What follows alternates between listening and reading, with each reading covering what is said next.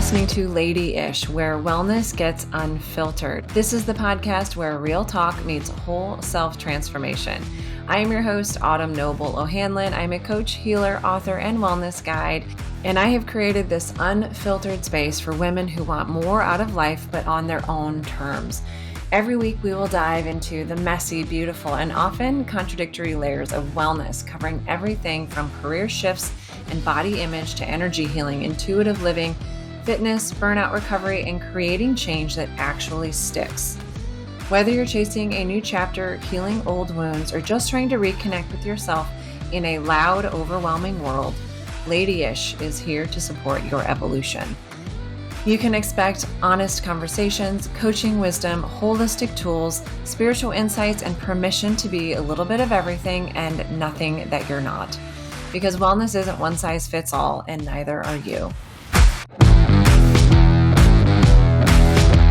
Hello, my friends, and welcome back to the podcast. I wanted to jump in here for a special episode to talk to you about what this weekend is bringing in for us and what starts next week. For those of you that haven't met me in person, you might not know the story about how I actually got my first name. When I was born, it happened to be on the first day of fall, hence the name Autumn. My parents were driving to the hospital, and my dad says that he heard on the radio that they announced, hey, today's the Autumnal Equinox, and it's the first day of fall. So originally I was supposed to be named Cami, and here we are. My name is Autumn. So this is absolutely my favorite time of year. But as many of you may know, I am a huge advocate for learning to live a little bit more in sync with nature and connecting with the cycles of the moon and of the sun, and really just allowing the seasons and their changes kind of inspire us and how we're living. With that in mind, I wanted to dive into Mabon, which is the Autumnal Equinox Festival. It's a sacred time of balance, harvest, and transition.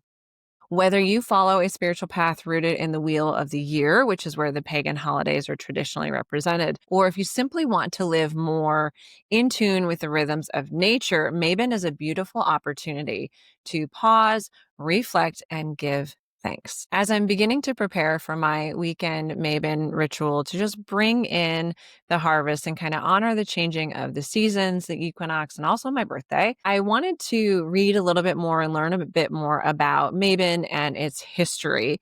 And I thought I would share a little bit of that here today. As I said, Mabon is one of the pagan holidays represented on the wheel of the year, which is where the 8 Sabbats of the pagan holidays are sort of housed in this beautiful wheel where you can see as the world turns, the earth turns, the seasons turn, you move from season to season. And Mabon marks the autumnal equinox when night and day are perfectly in balance. The holiday is named after a figure from Welsh mythology. I'm not going to try and butcher the name here, although many of the traditions associated with Mabon reach far back into ancient harvest festivals celebrated across a variety of cultures. For many of our ancestors and people that celebrated these harvest seasons, it was a time that was both celebratory because we're bringing in the harvest, but it was also very sobering because we knew what was coming around the corner.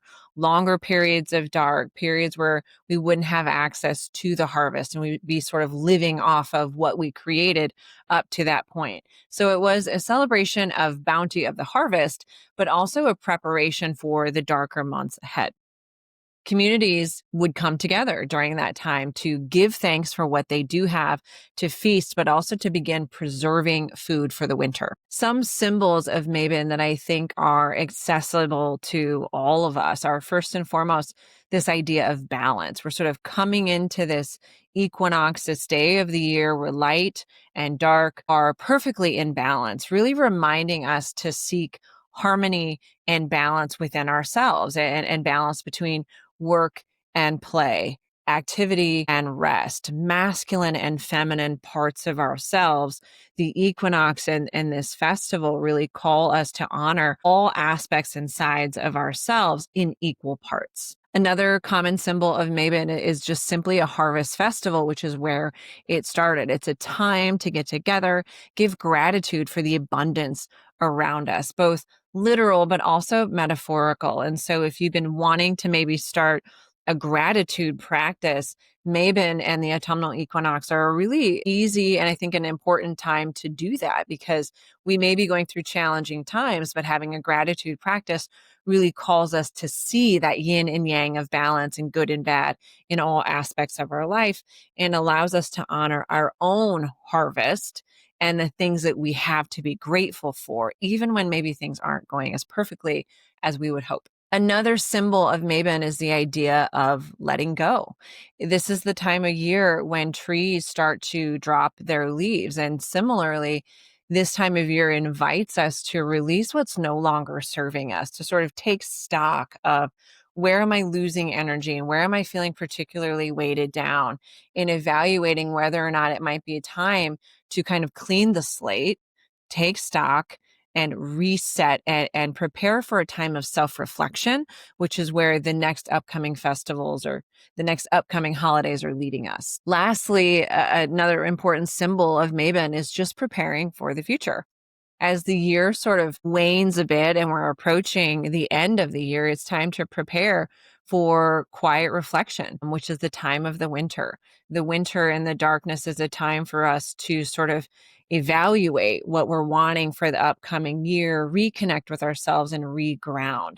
So as we're letting go in Mabon, we're also sort of preparing for that time of darkness and that time of reflection. In order to do that adequately, we have to start sort of taking things off of our plates. And that's where the letting go idea comes into Mabon. Symbols that are commonly associated with Mabon that you might want to, put around your house are the traditional kind of fall symbols that many of us are accustomed to. Pumpkins, apples, gourds, wheat, corn, grapes, wine, and anything that's sort of richly and lushly covered in those deeper colors of fall. A lot of people will decorate their homes with autumn colors like reds and oranges and golds, and light candles to honor the shifting of the light. Those candles are sort of symbolic of us bringing the light into our homes and finding that light within the coming darkness. If this is resonating with you and you're interested in sort of living more in alignment with nature's cycles, Mabon is an invitation to slow down and start noticing this very evident changing of the seasons, particularly if you live in the Midwest or somewhere where you're starting to see the trees changing colors. Mabon is an excellent entree into honoring the natural seasons because it's hard to miss it when we look around. Living in alignment with those natural cycles can help us feel more grounded, more intentional, and connected to the earth. And the earth has its own sort of vibrational frequency. And by grounding and sort of calling in and connecting with the earth at this time, we can try to match our own energy with that frequency of the earth. From a mental and emotional perspective, it's about taking time to reflect on what you've quote unquote harvested in your own life, whether it's projects that you've completed, lessons that you've learned, personal growth that you've achieved, or the evolution of relationships around you. Focusing on those harvests in your own life can bring a deeper meaning to this season for each and every one of us that wants to sort of live more in alignment and allow the natural ebbs and flows of nature to move through us. In closing, if you're feeling called to honor Mabon in your own way, I've recorded a very simple ritual that you can try at home that's inviting you to connect with the energy of the equinox, to honor your personal harvest and plant seeds of intention for the months ahead. I'm going to be posting that ritual on my YouTube channel, so feel free to check that out. You can find me on YouTube at A Life Collective, and it's also linked in the show notes. So I often post rituals and meditations associated with the natural holidays and the pagan holidays, as well as new moon and full moon rituals as well. So if you're wanting to live more in alignment, and if this kind of piques your interest, you want to learn more, feel free to check out my YouTube page, follow some of those rituals, and find little ways to bring the natural cycles of the earth into your everyday. Whether through ritual, reflection, or simply just a mindful walk in nature, I hope that this season of balance brings each and every one of you gratitude, abundance, and peace. Thank you so much for joining me on this exploration of Mabon. Until next time, honor your cycles, honor the earth, and honor yourself.